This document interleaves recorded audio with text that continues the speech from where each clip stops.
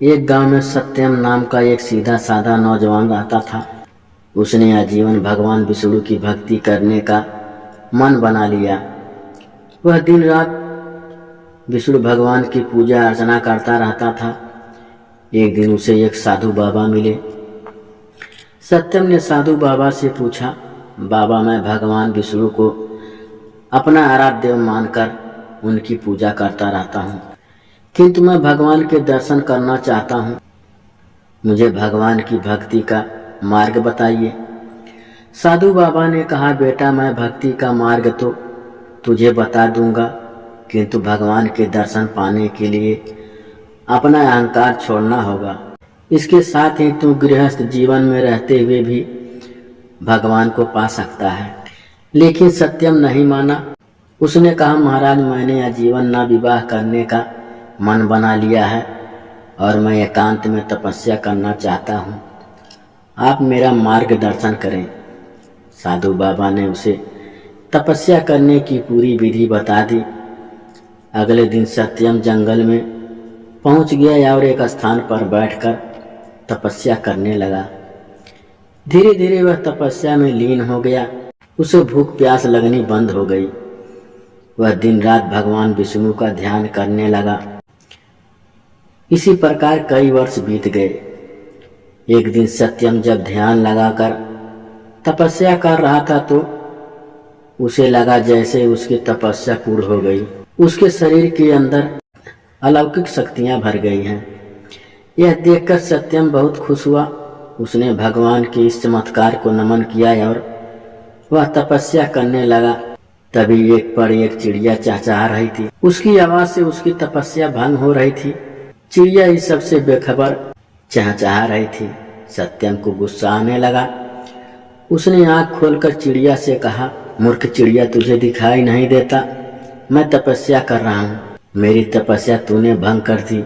इसकी सजा तुझे अवश्य मिलेगी। यह सुनकर चिड़िया रोने लगी और माफी मांगने लगी। लेकिन सत्यम ने जैसे ही गुस्से से चिड़िया को देखा, चिड़िया जलकर भस्म हो गई। यह देखकर सत्यम बहुत खुश हुआ। उसने मन ही मन में कहा, इस संसार में मुझसे शक्तिशाली और ज्ञानी कोई नहीं है। यह सोचकर वह गांव की तरफ चल दिया। सत्यम बहुत सालों के बाद गांव में आया था। उसे कोई पहचान नहीं पाया। सत्यम एक घर के पास पहुंचा और उसने कहा, माई, बाबा आए हैं, भिक्षा दो। घर के अंदर से कोई आवाज नहीं आई। कुछ देर इंतजार करने के बाद सत्यम ने फिर कहा, माई, भिक्षा दो। साधु की आवाज सुनकर घर के अंदर से एक औरत की आवाज आई। उसने कहा, साधु बाबा, तनिक इंतजार कीजिए, मैं अभी अपने पति को भोजन करा रही हूँ, अभी नहीं आ सकती।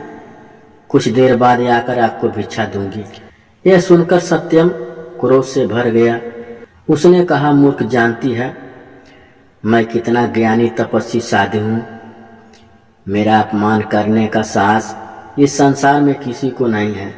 तभी उस घर से आवाज आई, क्षमा कीजिए महाराज, किंतु मैं अपने पति को भोजन कराए बिना बाहर नहीं आ सकती।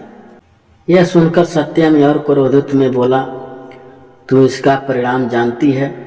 यह सुनकर उस घर से आवाज आई, महाराज, मैं कोई पेड़ पर बैठी चिड़िया नहीं हूँ जो आपके क्रोध से भस्म हो जाऊंगी। यह सुनकर सत्यम आश्चर्य में पड़ गया। उसने कहा, तुझे यह सब कैसे पता? तब घर से आवाज आई, महाराज, यहाँ से कुछ दूर पर एक कसाई की दुकान है, आप वहाँ चले जाइए, आपको आपके प्रश्नों के उत्तर मिल जाएंगे। सत्यम उस दुकान की ओर चल दिया। वह दुकान पर पहुंचा तो उसने देखा एक कसाई मांस बेच रहा था। सत्यम को देख वह दुकान से बाहर आ गया। सत्यम उससे पूछता। उससे पहले ही कसाई ने कहा, महाराज, आपको उस औरत ने भेजा है जो अपने पति को भोजन करा रही थी। यह सुनकर सत्यम ने कहा, तुम्हें वह सब कैसे पता? वहां तो उस समय कोई नहीं था। तब उस कसाई ने कहा, महाराज, आप मेरे साथ मेरे घर चलिए, वहां आपके सभी प्रश्नों के उत्तर मिल जाएंगे। सत्यम आश्चर्य से कसाई के साथ उसके घर पहुंच गया। वहां पहुंचकर उसने देखा कसाई ने घर जाकर अपने बूढ़े माता पिता के पैर छुए और पूरे दिन में जो भी कमाता था उनके चरणों में रख दिया। फिर अपने माता पिता को अपने हाथों से खाना खिलाया। उसके बाद उसके पैर दबाता रहा। जब ये सो गए तब वह कसाई सत्यम के पास आकर बैठ गया। सत्यम का सारा घमंड समाप्त हो चुका था। उसने कसाई के पैर पकड़ लिए और बोला, मैंने वर्षों तक तपस्या की जिससे अलौकिक शक्तियां मेरे अंदर आ गई, लेकिन आपको देखकर मेरा सारा घमंड चला गया। आप मुझे इसका राज बताइए। तब उस कसाई ने कहा, जिस औरत ने आपको इंतजार करने के लिए कहा वह अपना पतिव्रत धर्म निभा रही थी। इस पतिव्रत धर्म के आगे तो अमराज को भी झुकना पड़ा था। उस पतिव्रता में वह शक्ति है कि उसे गृहस्थ होते हुए भी तपस्या का फल मिल गया, और उसका ज्ञान तो आपने देख ही लिया। मैं पूरा दिन जीव हत्या कर उनका मांस बेचता हूँ, किंतु वह मेरा कर्म है, व्यवसाय है, किंतु घर में सब कुछ अपने माता पिता को अर्पण कर देता हूँ। उनकी सेवा में श्रवण कुमार बनकर करता हूँ। माता पिता की सेवा करने से मुझे गृहस्थ होते हुए भी तपस्या का फल मिल गया, जिससे मैं सब जान पाता हूँ। यह सुनकर सत्यम रोने लगा। उसने कहा, मैंने कई वर्षों तक तपस्या की भगवान को पाने के लिए, किंतु एक क्षण के अहंकार ने मेरी तपस्या भंग कर दी। यह सुनकर उस कसाई ने कहा, आपका मन अब निर्मल हो गया है। आप गृहस्थ जीवन में अपने करते हुए प्रभु को याद कीजिए, यही सबसे बड़ी तपस्या है।